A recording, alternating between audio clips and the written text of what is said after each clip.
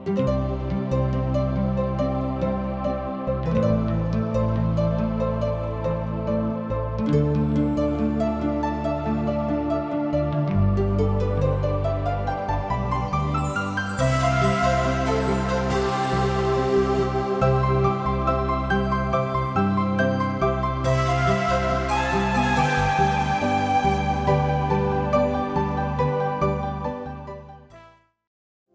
मित्र, भाई और बहन, आप सबके प्रभु यीशु मसीह में नमस्कार करतानी। ये भोजपुरी कार्यक्रम जिंदगी की राह में आप सबका स्वागत बा।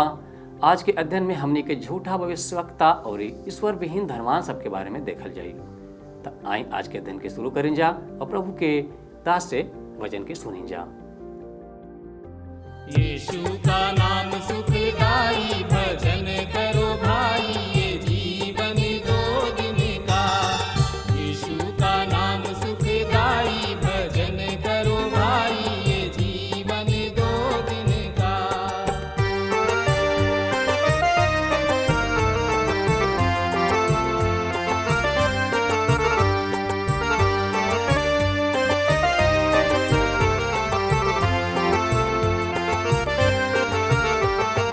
ई जिंदगी जैसे बहे बहरिया,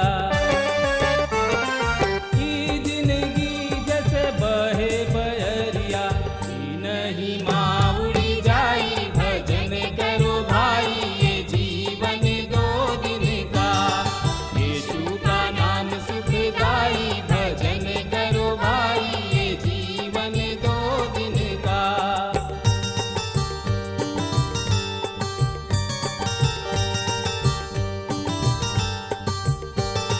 ई जिंदगी पर गर्व न करना,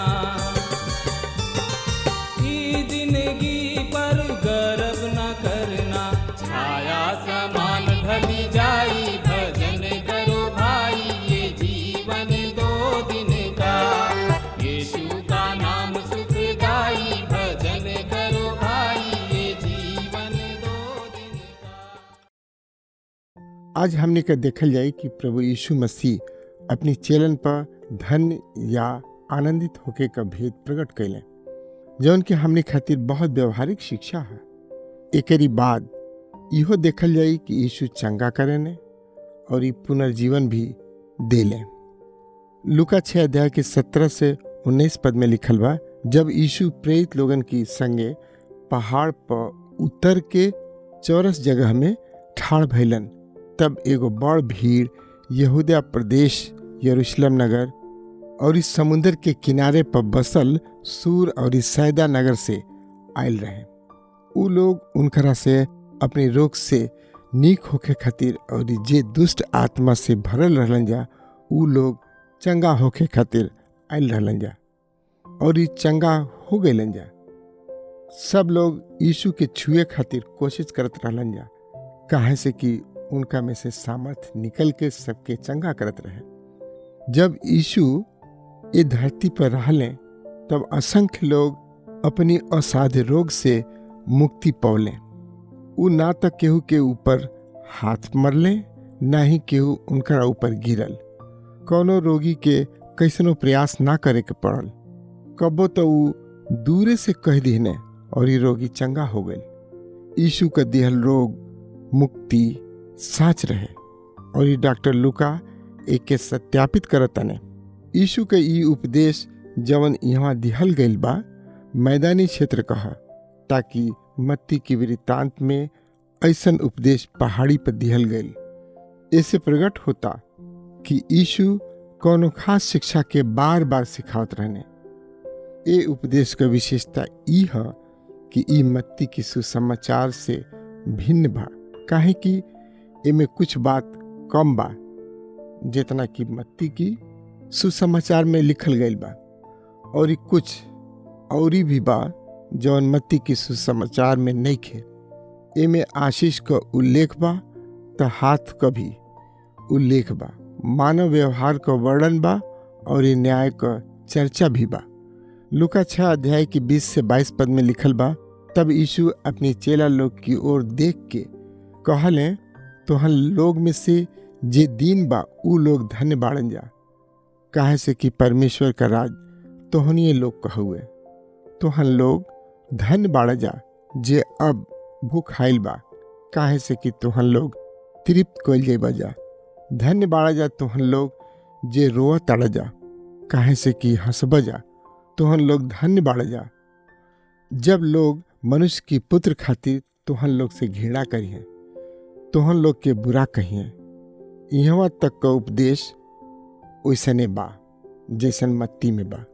यीशु कुछ शिक्षा के बेर बेर दोहरावत बाड़ने, मगर भिन्न रूप में पद 23 से चालू करके एगो नया विचार बा।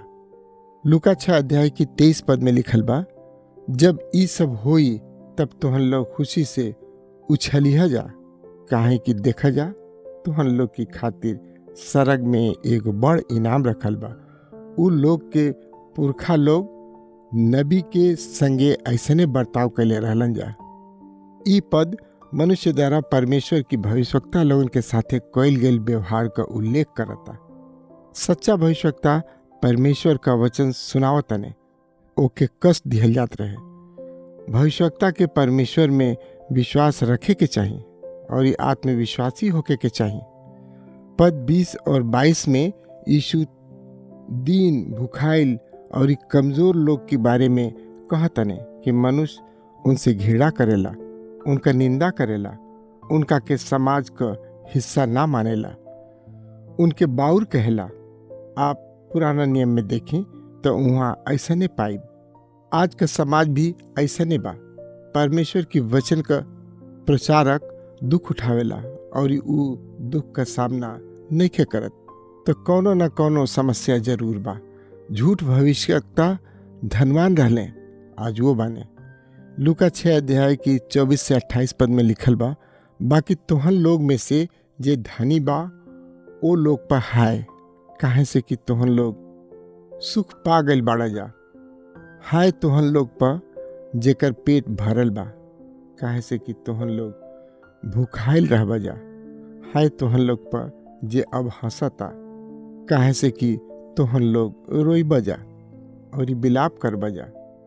हाय तोहन लोग पर जब सब लोग तोहन लोग के बारे में निमन कही हैं, काहे से कि ओ लोग के पुरखा झूठ बोले वाला नबी लोग के साथ ऐसन बर्ताव करत रहलन। हम सब सुने वाला लोग से कहतनी, अपने दुश्मनन से प्रेम करा, जे तोहन लोग से घृणा करे ओकरी साथे भलाई करा, जे तोहरा के सतावे ओकरा के आशीष द, जे तोहन लोग के बेइज्जती करे ओ लोग खातिर प्रार्थना करा। झूठ भविष्यवक्ता के संसार संरक्षण देला, मगर उ मनपसंद बात करेला त संसार ओके बहुत कुछ देला। और प्रभु यीशु मसीह स्पष्ट कहले कि उनके परमेश्वर से प्रतिफल पावे का आशा नहीं खे।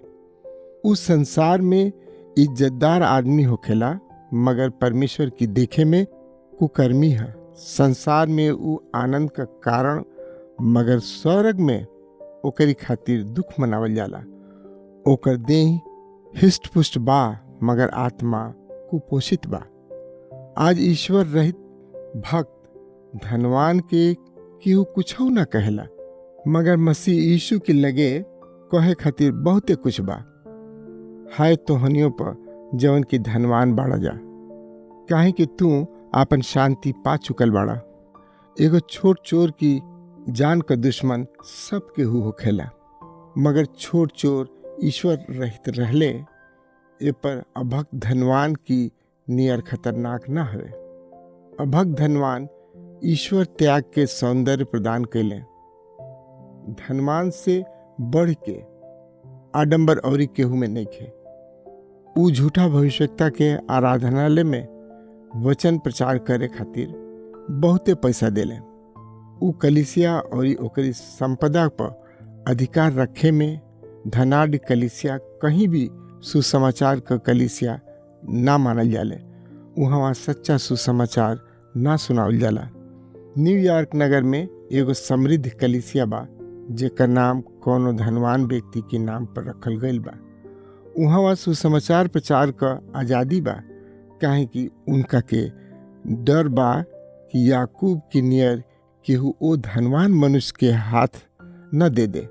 जैसे याकूब 5 अध्याय की 1 से 3 पद में लिखल बा, हे धनवान लोग सुन त ला, तू अपनी आवे वाला कलेसन पर चिल्ला चिल्ला रोआ। तोहार धन बिगड़ गइल बा और तोहरी बस्तर के कीड़ा खा गइल बाने। तोहरी चानी सोना में काई लाग गइल बा, ऊ काई तोहरी पर गवाही देई और आगी के तरह तोहार मांस खा जाई। हम मनुष्य की मन के मानतनी, का केहू का मन प्रभु यीशु के लहू में धुआइल बा? अगर हाँ तो ऊ हमार भाई है। हम ओकरी साथे अनंत जीवन में वास करब। हम यही जो ओकरी साथे जिंदगी जिए के सीख ली। जेकर मन करिया बा ऊ हमार भाई ना, ऊ हमके क्षमा करे। हमार बात जलन पैदा करेला, मगर यीशु मसीह यह कहले। मित्र भाई बहन, अनेक जन दावा करेने कि ऊ मसीह यीशु का अनुसरण करेने, मगर वास्तव में ऐसा ना करेने। ये अध्याय के पढ़ी और देखी, ये आडंबर का पर्दाफाश करेला। ये आदेश से अपनी जिंदगी का तुलना क के देखी कि आप कितना पानी में बानी।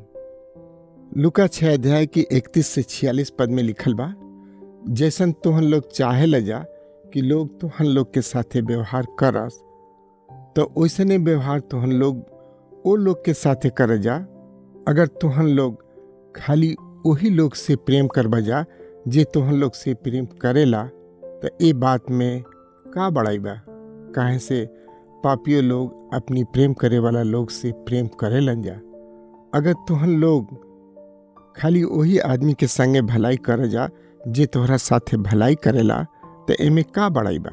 काहे से कि पापियों लोग ऐसन काम करेलन। अगर तोहन लोग खाली ओ लोग के उधार द जा जेकरा के जाने ल जा कि ऊ पूरा लौटा दी, तो एमे का बड़ाई बा? पापी लोग उधार देलन जा कि ऊ फिर मिल जाई।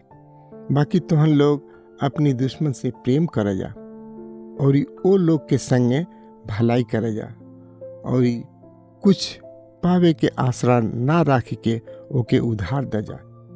ऐसे परमेश्वर की ओर से एगो बड़ इनाम मिली और तोहन लोग परम प्रधान परमेश्वर के संतान कहैबा जा। काहे से कि निमन और बाउर दोनों आदमी पर दया करेला। जैसन तोहार पिता दयालु बाड़न, वैसने तोहनियो लोग दयालु बना जा। तोहन लोग दूसरा के न्याय मत कर जा, ताकि परमेश्वर तोहन लोग का न्याय ना करस। केहू पर दोष जिन लगावा जा तो तोहनियो लोग पर परमेश्वर दोष ना लगई हैं। दूसरों के गलती माफ कर जा तो तोहनियो लोग के गलती परमेश्वर माफ करी है। दूसरा के दिहल करा जा तो तोहनियो लोग के दिहल जाई। लोग ठीक से नाप के दबा दबा के और हिला हिला के एकदम भरल तोहन लोग के झोली में डाल दी हैं। काहे से कि जौना नाप से तोहन लोग दूसरा के नापबा जा, वही नाप से तोहन लोग के परमेश्वर नापिहन। तब यीशु ओ लोग के ये उदाहरण से बात कैलन, का एगो आन्हर दूसरा आन्हर के रास्ता देखा सकेला? का दोनों जना गड्ढा में ना गिरिहन जा? कौनो चेला अपनी गुरु से बड़ ना होखेला। बाकी जे केहू सीख के सिद्ध होई, वो अपनी गुरु के जैसन होई। तोहन लोग अपनी भाई के आंख में तिनका के काहे देखत अड़ जा? का तोहन लोग के अपनी आँखी का लट्ठा नहीं खेलौकत?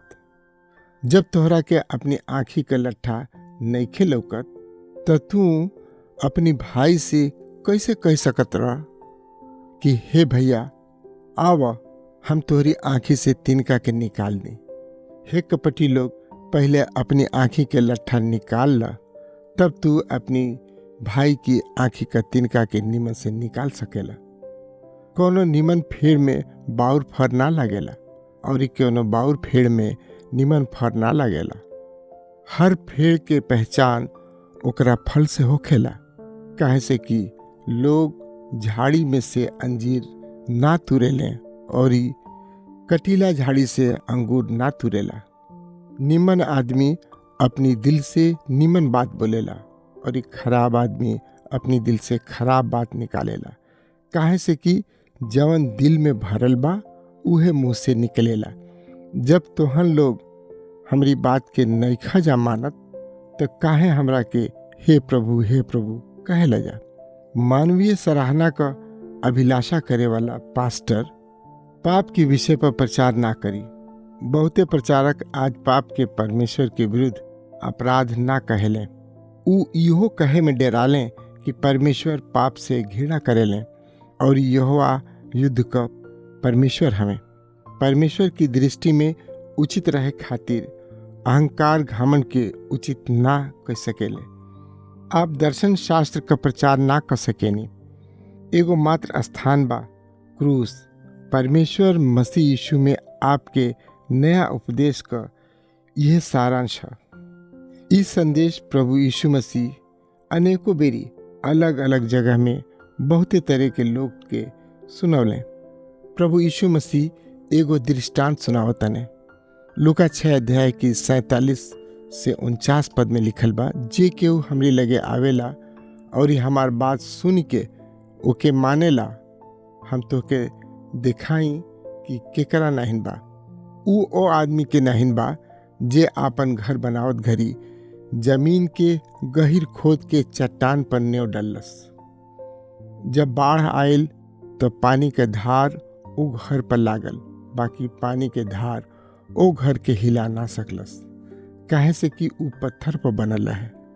बाकी जे हमार बात सुन के मन में ना मानेला, ऊ आदमी के नाहिन बा जे माटी पर बिना नेव खोदले घर बनावलस। जब बाढ़ आयल तो पानी का धार घर पर लागल और तुरंते घर गिर गई और ऊ घर गिर के बर्बाद हो गई। एकर मतलब ई बा कि हम पापी हमें और हमरा के मसीह यीशु जीवन की चट्टान हमें उनका पर आधारित रहे के बा। पहला कुरिन्थियों 3 अध्याय के 11 पद में पौलुस कहतने, काहे कि ओ नेव के छोड़ जवन पड़ल बा और ऊ मसीह यीशु हमें केहू दूसर नेव ना डाल सकेला। मित्र भाई बहन, आप कथी पर नेव डलले बानी? चट्टान यीशु मसीह पर कि रेत पर? अगर आप ये उपदेश के पढ़ के ई ना समझ पाई कि आप नरक जाए वाला पापी हमी, तो हम आपके खातिर दुख मनावतनी। सुसमाचार माने वाला मसीह अर्थात ठोस चट्टान पर घर बनाए वाला, उनकरी लगे आई और विश्वास करी, वो बिना दाम के उद्धार देलें। अब हमने का अपने अध्ययन में अध्याय 7 की ओर बढ़तनी जा। अध्याय 7 में हमने का देखल जाई कि यीशु सूबेदार की दास के चंगा करतने, एगो विधवा की एकलौता बेटा के जियावतने और कोनो फरीसी के घर में संदेह दूर करे बदे दूगो कर्जदारन का दृष्टांत सुनावतने। यहाँ पर देखी कि यीशु से सूबेदार की दास से संपर्क ना भइल, दूर ही से ओके चंगा कैले। खाली लूका ए विधवा के बेटा और याईर की बेटी के फिर से जिए की घटना लिखतने। लूका यीशु की कहल 18 गो दृष्टांत का उल्लेख कैले, जेके दूसर लेखक लोग नइखे लिखले। ये अध्याय में पहला दृष्टांत बा यीशु सूबेदार के सेवक के चंगा करेले। लूका 7 अध्याय का 1 से 10 पद में लिखल बा, जब यीशु लोगन के आपन ई सब बात बता दिहलन, तब ऊ कफरनहूम नगर में गईलन। वहाँ कोनो रोमी सूबेदार के यहाँ एगो नौकर रहे, ऊ उनका खास रहलन। ऊ नौकर बीमार होके मरे वाला रहे। जब सूबेदार यीशु के बारे में सुन के यहूदी लोगन के पुरनियन के यीशु के लगे ई विनती करे खातिर भेजलन कि ऊ आके हमरी नौकर के चंगा कर देस।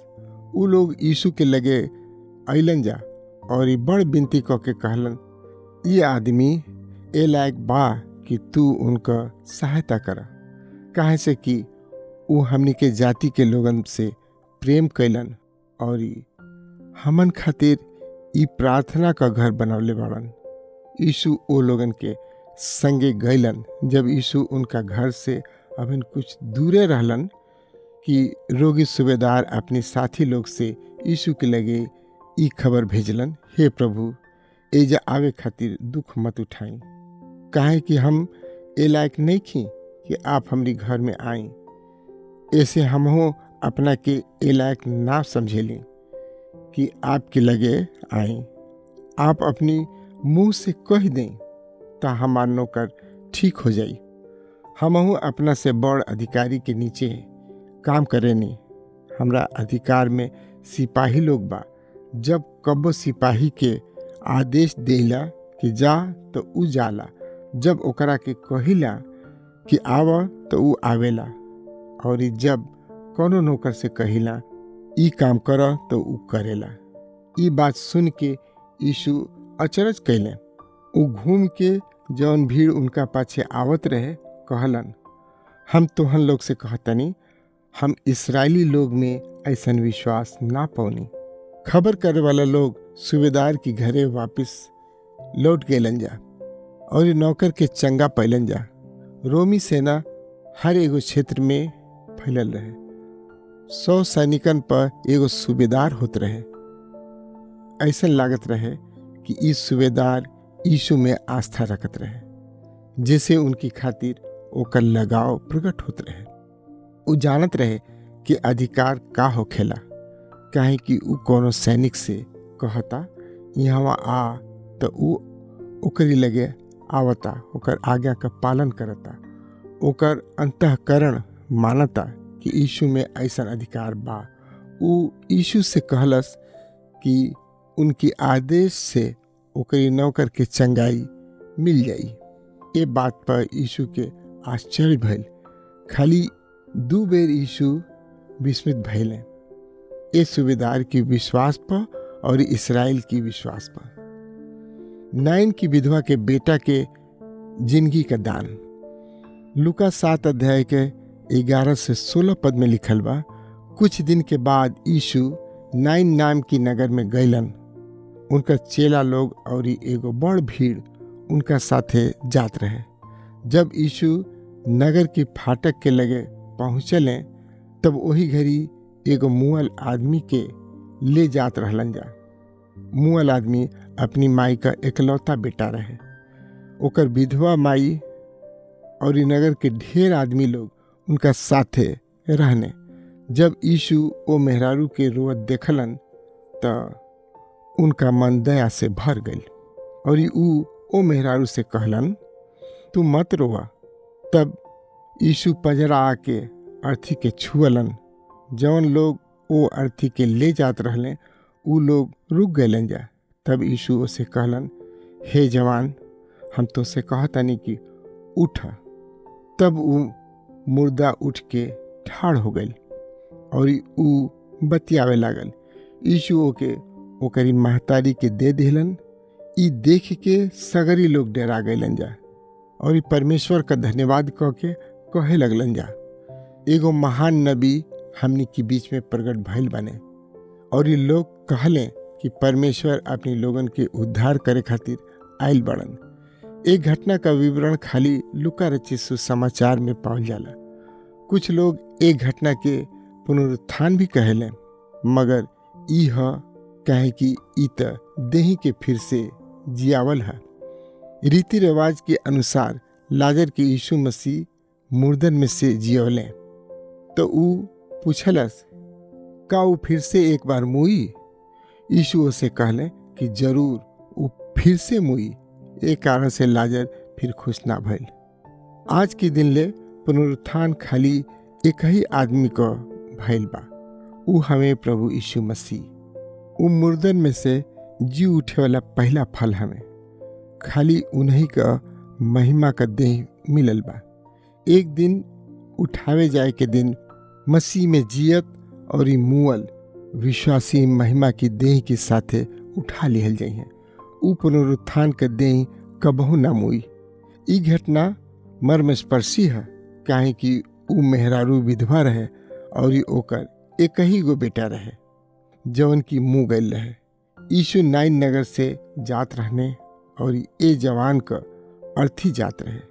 हमारी विश्वास में मसीह बहुत बहुत मुर्दा जियोले, मगर हमनी की लगे 3 गो का लेख मिलेला।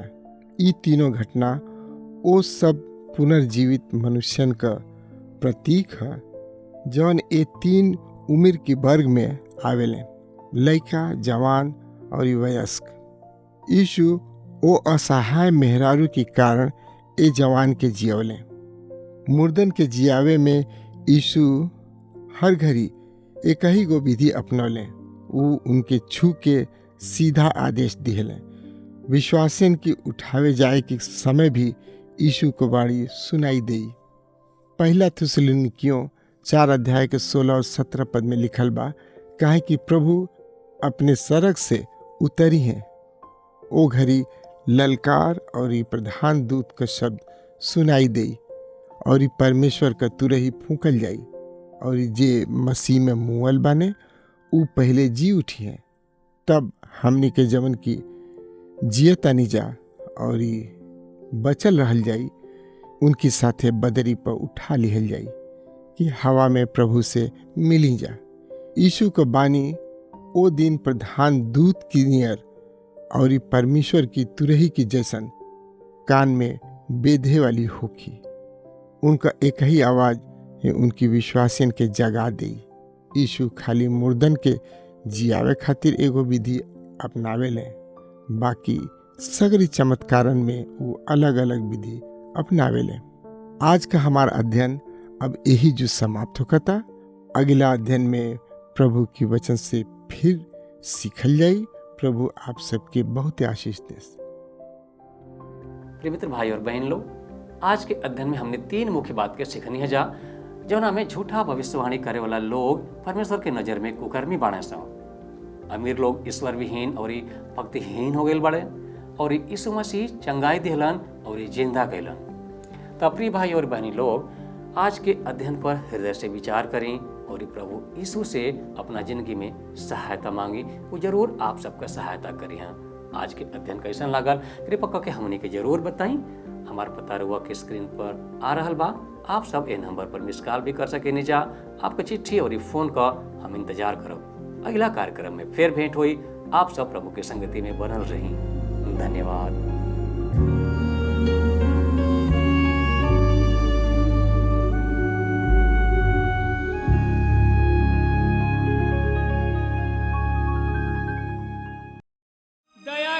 प्रभु रउआ दया करे ना हो, दया करे ना। भक्त करेलन को हरिया, दया करे ना। भक्त करेलन को हरिया, दया करे ना। दया करी प्रभु रउआ दया करे ना हो, दया करे ना। दया करी प्रभु रउआ दया करे ना हो, दया करे ना।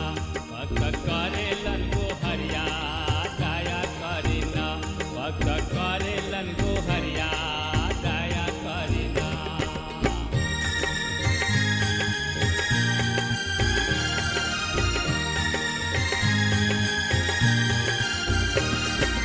दया करी कृष्ण रउआ दया करे ना हो, दया करे ना। दया करी कृष्ण रउआ दया करे ना हो, दया करे ना। पापी करेलन बिनतिया, दया करे ना। पापी करेलन बिनतिया, दया करे ना।